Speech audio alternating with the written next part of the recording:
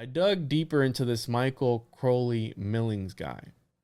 And I believe that these occultists achieve immortality by having their names remembered. We know Crowley as the Great Beast 666, the wickedest man in the world, right? He's the wickedest man ever.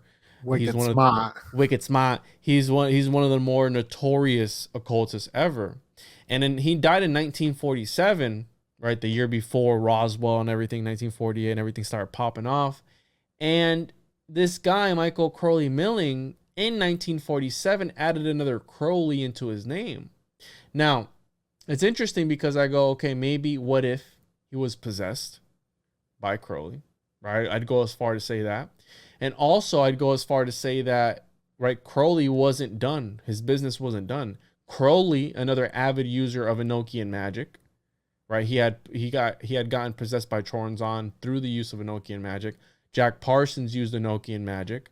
Again, it's a very powerful. The Golden Dawn uses Enochian magic. It's a very powerful magical system. Now, this guy worked his way up the ranks of CERN, and he is best known as the person who helped invent the world's first computer touchscreens.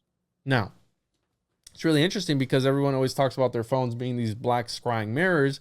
Well, John Dee used a black scrying mirror to tap into other dimensions, right? We use our black scrying mirrors, our phones, to tap into other portals through the internet, right? That was invented at CERN. Now, you got to read between the lines a little bit when it comes to these guys. And has always stood out to me because there's nothing on this guy, like nothing.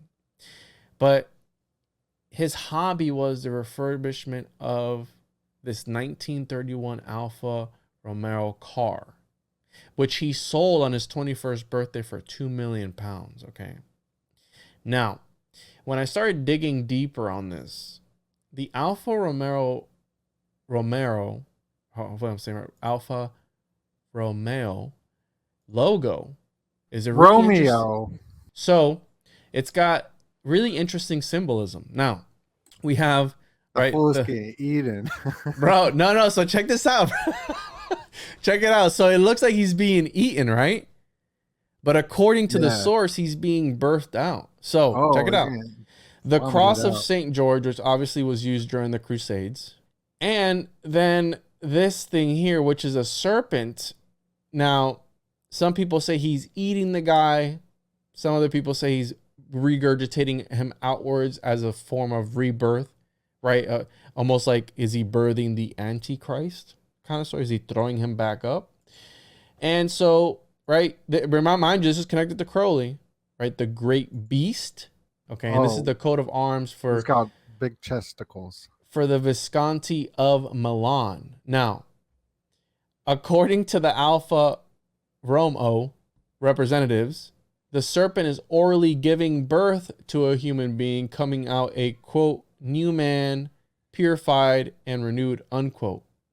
Okay, really interesting. But, and there's other lore to it, right? The 5th century slaughter by Uberto, squire of Angera. So you have this beast symbolism. You have the crown. Sometimes it has a crown, sometimes it doesn't. But again, back to this Great Beast 666.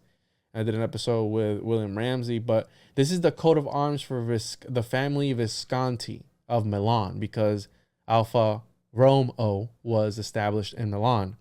But I dug a little bit deeper. I said, okay, that's really weird, right? What a weird sign to have on your car. Okay, something that's immortalized. Okay, now, the Visconti family was very powerful during the 14th and 15th century. There were nobility. I said, okay, that's fine. Let's go a little bit deeper. Now, this is outside of the, right? So the depiction of the Bisione swallowing a child. So now it went from giving birth to it to now it's swallowing the child. And this is in Milan, Italy. So the house of Visconti, the Archbishop's Palace in Piazza, what does that say?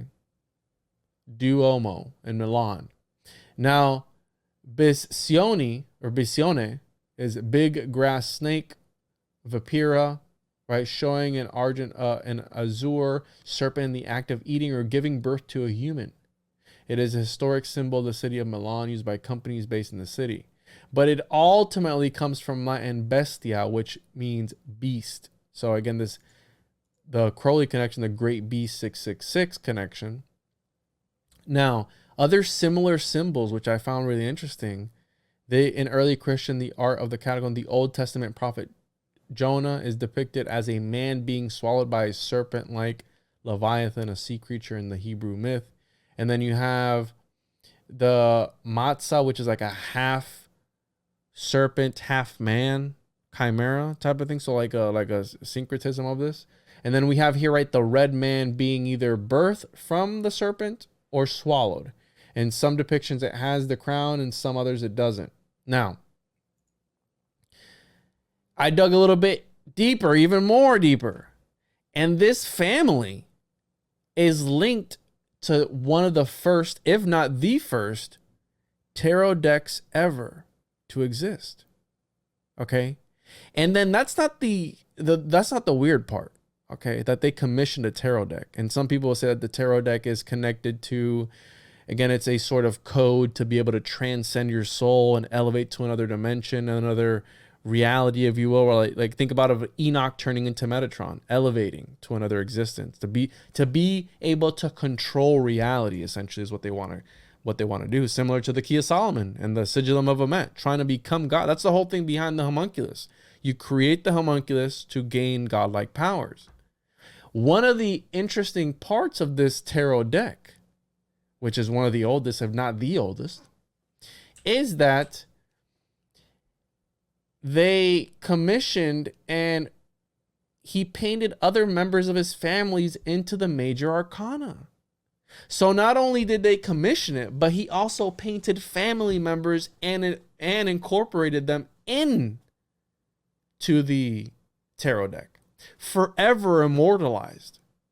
Therefore, again, this is how I think that they achieve immortality. Maybe if, as long as you remember their names, they exist in this alternate realm somewhere, floating around in the aether doing aether shenanigans. But again, this is linked again to the Alfa Romeo, which is linked to, right, this Crowley Milan guys who's kind of weird. And it's like, wait, what is he getting at? But then I'm not done, bro. I'm not done because I went even deeper. I'm like, what?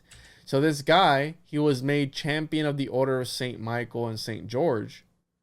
And what is he slaying in this? This is the thing, that the medal that they give you, which obviously is super.